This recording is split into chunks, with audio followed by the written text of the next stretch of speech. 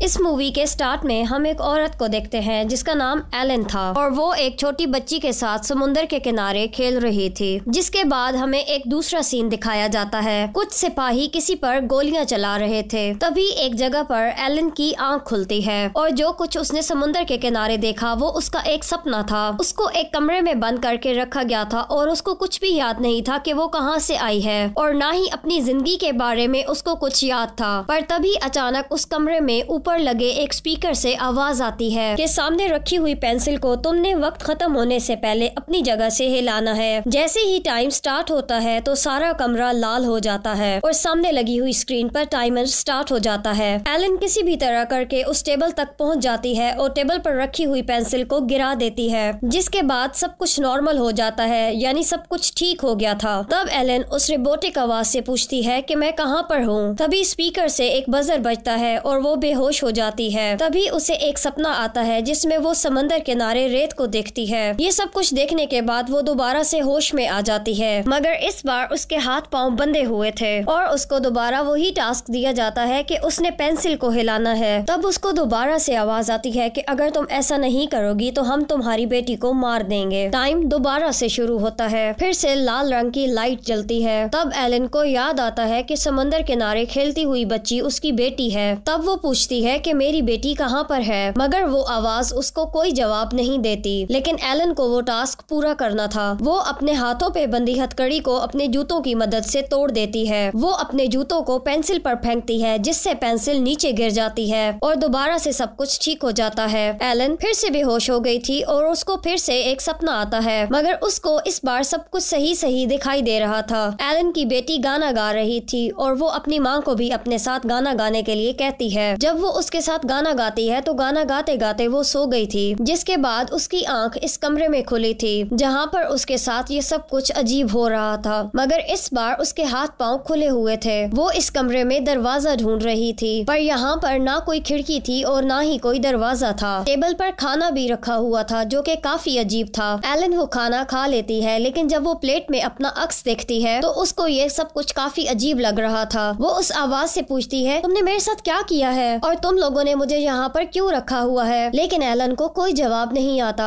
Elon बेचारी रोने लगती है और वो रोते हुए सो जाती है। उसको दोबारा से उसी समुद्र के किनारे का सपना आता है, लेकिन जल्द ही वो जाग जाती है। उसको दोबारा से वही आवाज आती है जो कि उसको कहती है कि तुमने दोबारा से पेंसिल को हिलाना है और अगर इस बार तुमने पेंसिल को नहीं हिलाया तो हम तुम्हारी बेटी को मार देंगे। इस पर एलन चिल्लाती है और कहती है कि अगर तुम्हारे पास मेरी बेटी है तो मुझे उसका सबूत दो, मुझे अपनी बेटी की आवाज सुनाओ। तभी वो उसको उसकी बेटी की आवाज सुनवाते हैं। जिसके बाद टाइमर स्टार्ट हो जाता है, लेकिन इस बार एलन के सामने एक कांच की दीवार थी जिसे उसको तोड़ना था। वो उसको तोड़ने की बहुत कोशिश करती है, लेकिन वो उस दीवार को नहीं तोड़ पाती। अब उसको गुस्सा आ रहा था। वो गुस्से से चिल्लाती है और पेंसिल को हिलने का कहती है। तभी पेंसिल खुद ब खुद हिलकर नीचे गिर गई थी। जिसके बाद वो दोबारा से बेहोश हो जाती है और फिर से वो सपने के अंदर अपनी बेटी को देखती है जिसके साथ बैठ के वो रेत का घर बना रही होती है। लेकिन इस बार उसके सर में चोट लगी हुई थी और उसको पीछे से एक आदमी की आवाज आती है जो कि उसका नाम लेकर उसको बुला रहा था। दोबारा जब एलन को होश आता है तो उसकी आंख उसी कमरे में खुलती है। इस बार उसको कुर्सी से बांधा गया था और उसके सामने एक आदमी भी लेटा हुआ था। एलन के सर पर बिल्कुल वैसी ही चोट लगी हुई थी जैसे कि उसके सपने में थी। तब वो आदमी एलन के पास आता है। एलन ये समझती है कि यही वो आदमी है, यानी कि किडनैपर है जिसने उसको इस कमरे में कैद करके रखा हुआ है। वो उस आदमी को धक्का देती है। तभी वो आदमी उससे कहता है कि मैं तुम्हारा हस्बैंड हूँ और मेरा नाम रॉजर है। तब एलन को सब कुछ याद आ जाता है और वो अपने हस्बैंड से कहती है, जिन लोगों ने हमें यहाँ पर कैद किया हुआ है उनके पास हमारी बेटी है। अगर हमने उनके काम ना किए और हमने उनकी बात ना मानी तो वो हमारी बेटी को मार देंगे। तभी दोबारा से उनको उस रोबोट की आवाज आती है जो कि उनको दोबारा से वो पेंसिल गिराने का कहता है। इस बार वो पेंसिल रॉजर उठा लेता है। तभी उनको आवाज आती है कि नहीं, ये काम सिर्फ एलन ही पूरा करेगी। अब एलन ये काम कैसे करती, क्योंकि उसको तो बांध कर रखा हुआ था। तभी रॉजर उससे पूछता है कि तुम ये काम कैसे करने वाली हो। तभी एलन उसको कहती है कि मैं ये काम बहुत बार कर चुकी हूँ और यही काम ये लोग मुझसे बार बार अलग अलग तरीके से करवा रहे हैं। ये बात करते हुए दोबारा से इन लोगों के दरमियान बहस हो जाती है। तभी एलन बहुत जोर से चिल्लाती है और पेंसिल के 2 टुकड़े हो जाते हैं। ये देखकर रॉजर काफी हैरान रह जाता है और खुद एलन भी हैरान हो जाती है और उसके कानों से खून आने लगता है और हर बार की तरह जैसे ही वो टास्क कंप्लीट करती वो बेहोश हो जाती थी और अब की बार भी ऐसा ही हुआ था। इस बार वो अपने सपने में अपने हस्बैंड रॉजर को देखती है जो गुस्से से उसकी तरफ देख रहा था और फिर दोबारा से उसकी आंख खुल जाती है। इस बार कमरे में उसके और उसके हस्बैंड रॉजर दोनों के लिए खाना रखा हुआ था। तभी रॉजर उससे कहता है कि एलन, मुझे लगता है तुम्हारे पास कोई खास किस्म की शक्ति है, कोई पावर है। याद है कि जब तुम मुझसे गुस्सा होती थी, मुझसे लड़ती थी, तो तुम्हारे चीखने से घर की चीजें टूट जाया करती थी। तुम्हारे अंदर जरूर कोई खास बात है। तभी रॉजर उसे पीने के लिए पानी देता है और फिर वो जमीन पर ही लेट जाती है। तभी रॉजर उससे पूछता है क्या तुम्हें कुछ याद है, लेकिन वो उसको कुछ भी नहीं बताती। जब वो उसके लिए खाना लाता है तो एलन उस पर चिल्लाती है जिससे उसके हाथ से खाना गिर जाता है। रॉजर भी काफी ज्यादा हैरान था। तभी दोबारा से उसकी आंख लग जाती है और वो सपने में देखती है बेटी खेल रही होती है जो कि उससे पूछती है कि आप बार बार कहाँ चली जाती हैं। तभी वो अपनी बेटी से कहती है कि अब मैं दोबारा कहीं पर नहीं जाऊंगी और तुम्हारे साथ ही रहूंगी। लेकिन इस बार उसकी बेटी गायब हो जाती है और वो उसको बुलाती है, वो उसको पुकारती है लेकिन वो उसे कहीं नहीं मिलती। तभी जब उसको होश आता है तो इस बार उसे कमरे में एक कुर्सी पर बांधा गया था जो कि बिल्कुल जमीन के साथ जुड़ी हुई थी। तभी रॉजर एलन के सर पर लगी हुई चोट को देखता है जिसको देखकर उसे अंदाजा होता है कि एलन के सर में जरूर कोई चीज लगी हुई है। स्पीकर से दोबारा आवाज आती है और उसे एक नया टास्क दिया जाता है जिसमें उसने टेबल पर रखी हुई बाल्टी के अंदर बॉल को डालना था, लेकिन टेबल भी जमीन से जुड़ा हुआ था। तभी रॉजर उसे कहता है कि देखो तुम्हारे पास ताकत है, तुम अपनी ताकत का इस्तेमाल करो और तुम टेबल को जमीन से अलग कर सकती हो। तभी एलन अपना पूरा ध्यान लगाती है और वो टेबल को जमीन से अलग कर देती है। रॉजर उसकी तरफ टेबल को लाता है। तभी वो बॉल को बाल्टी के अंदर डाल देती है, लेकिन इस बार ये टास्क करने के बाद वो बेहोश नहीं होती। उसको याद आ गया था कि समंदर के किनारे वो दोनों अपनी बेटी के साथ उसका बर्थडे सेलिब्रेट कर रहे थे। फिर वो दोनों यहाँ पर एक के बाद एक टास्क यहाँ पर कंप्लीट करते जा रहे थे जो कि पहले से ज्यादा मुश्किल होते जा रहे थे। इनका एक टास्क ऐसा था कि इन दोनों ने रेत से कला बनाना था और ऐसे हर मुश्किल काम करने के बाद एलन के कानों से खून निकलना शुरू हो जाता था। इसी तरह बहुत सारे दिन गुजर जाते हैं। वो दोनों अजीब सा खाना खाकर जिंदा रह रहे थे। एक दिन एलन को टास्क दिया जाता है कि वो बंदूक के सारे हिस्सों को एक एक करके जोड़, लेकिन एलन उसको ठीक से नहीं कर पा रही थी और इस बात पर रॉजर उस पर गुस्सा होता है जिससे एलन भी उससे गुस्से हो जाती है और अब गुस्से में वो उस बंदूक को जोड़ लेती है और बेध्यानी में वो रॉजर पर गोली चला देती है। लेकिन हम देखते हैं कि वो गोली रॉजर को लगने से पहले ही रुक गई थी और फिर हम सब देखते हैं कि सब कुछ नॉर्मल हो जाता है और एलन दोबारा से बेहोश होकर अपने सपने में चली जाती है जहाँ पर उसकी बेटी ने रेत से एक कला बना दिया था और रॉजर ने आकर उसको खराब कर दिया था। तब रॉजर उससे कहता है कि मुझे माफ कर दो, मुझसे गलती हो गई। तभी एलन जाग जाती है। फिर हम देखते हैं कि वो दोबारा से उसी कमरे में रॉजर के साथ थी जहाँ पर वो उसके साथ बैठ के खाना खा रही थी। एलन रॉजर से कहती है कि मुझे अपनी पुरानी जिंदगी के बारे में कुछ भी याद नहीं। तो तभी रॉजर उसे बताता है कि तुम एक टीचर थी और मैं एक सिंगर था, लेकिन हमारी बेटी के पैदा होने के बाद मैंने ये सब कुछ छोड़ दिया था। वो अपनी जिंदगी की हसीन यादों को याद करके मुस्कुराने लगते हैं और एक दूसरे से उस लड़ाई झगड़े की माफी भी मांगते हैं। इसी तरह बातें करते करते एलन सो जाती है। इस बार वो सपने में देखती है कि उसको रेत पर अपनी बेटी का जूता और रॉजर की अंगूठी मिलती है और यहीं पर उसकी आंख दोबारा से खुल जाती है। इस बार उसके सामने रॉजर को एक ग्लास की दीवार के पीछे खड़ा कर दिया गया था और उसके अंदर रेत गिर रही थी, लेकिन एलन कुछ भी नहीं कर पा रही थी और वो प्रॉपर कंसंट्रेट नहीं कर पा रही थी। वो अपनी माजी की यादों को भी याद कर रही थी, इसलिए वो इस टास्क पर कंसंट्रेट नहीं कर पा रही थी और देखते ही देखते रॉजर उस रेत के अंदर दफन हो जाता है। जिसके बाद आवाज आती है कि तुमने अपना टास्क पूरा नहीं किया। एलन को बहुत गुस्सा आता है और वो गुस्से में चिल्लाती है और चिल्लाते हुए उस स्पीकर को भी अपनी तेज आवाज से तोड़ देती है जिससे आवाज आ रही थी। तभी वहाँ पर एक दरवाजा खुलता है जिससे 3 सिपाही अंदर आते हैं, लेकिन एलन अपनी ताकतों से उनको भी मार देती है। फिर एलन वहाँ से बाहर आती है, देखती है कि उसने 298 टास्क कंप्लीट किए थे। तभी वहाँ पर और भी काफी सारे सोल्जर्स आ जाते हैं, मगर इस बार एलन अपनी ताकतों को सही से इस्तेमाल करना सीख गई थी। वो उन सब सोल्जर्स को मार देती है। जब वो बाहर आती है तो उसे 3 दरवाजे नजर आते हैं। वहाँ पर उसको रॉजर भी मिलता है। वो उसके पास जाती है। रॉजर उसको बताता है। वो एक दरवाजे की तरफ इशारा करता है और उसको कहता है कि सब लोग मेरी तरह ही है। तभी एलन उस दरवाजे को खोलती है और देखती है कि उस दरवाजे में से रॉजर की शक्ल का ही एक आदमी निकलता है और तभी वहाँ और भी सोल्जर्स आ गए थे और वो सब एक ही शक्ल के थे। एलन उन सबको भी मार देती है। फिर वो एक कमरे में जाती है जहाँ पर उसको एक रोबोट की आवाज आती है कि तुम्हारी बेटी मर चुकी है। ये सुनकर एलन गुस्से से पागल हो जाती है और वो गुस्से में जोर से चिल्लाती है। वो लोग जिन्होंने उसे कैद किया हुआ था इसके पीछे लगी डिवाइस को बंद कर देते हैं जो कि यादों को मिटाया करती थी। यानी उसके सर के पीछे जो चोट थी वो चोट नहीं थी बल्कि एक डिवाइस थी जो उसके दिमाग में फिट की गई थी। यहाँ पर एलन को सब याद आ जाता है कि उनकी बेटी का बर्थडे था और वो सभी मिलकर समुद्र के किनारे किनारे घूमने गए थे। लेकिन इसी बीच रॉजर की और उसकी लड़ाई हो जाती है और गुस्से में रॉजर ने उस पर हाथ उठाया था। इस वजह से वो गुस्से से चिल्लाती है और उसके इतने जोर से चिल्लाने की वजह से उसके हस्बैंड और उसकी बेटी की डेथ हो जाती है। अपनी फैमिली की मौत की वजह वो खुद थी।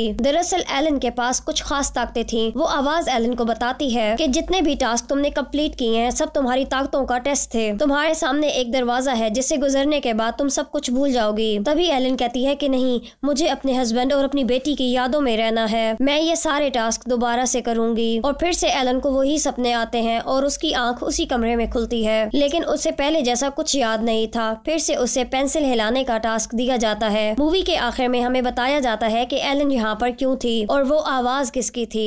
ये एक खुफिया ऑर्गेनाइजेशन थी जिसको तब पता चला कि एलन ने अपनी आवाज से अपनी फैमिली को मार दिया है। जिसके बाद वो लोग एलन को यहाँ पर ले आए थे ताकि यहाँ पर रहकर वो अपनी ताकतों को कंट्रोल कर पाए और आगे की जिंदगी में एलन की वजह से किसी को कोई नुकसान ना हो, इसके आसपास के लोगों को एलन से कोई तकलीफ ना हो। और इसी के साथ ये मूवी यहाँ पर खत्म हो जाती है।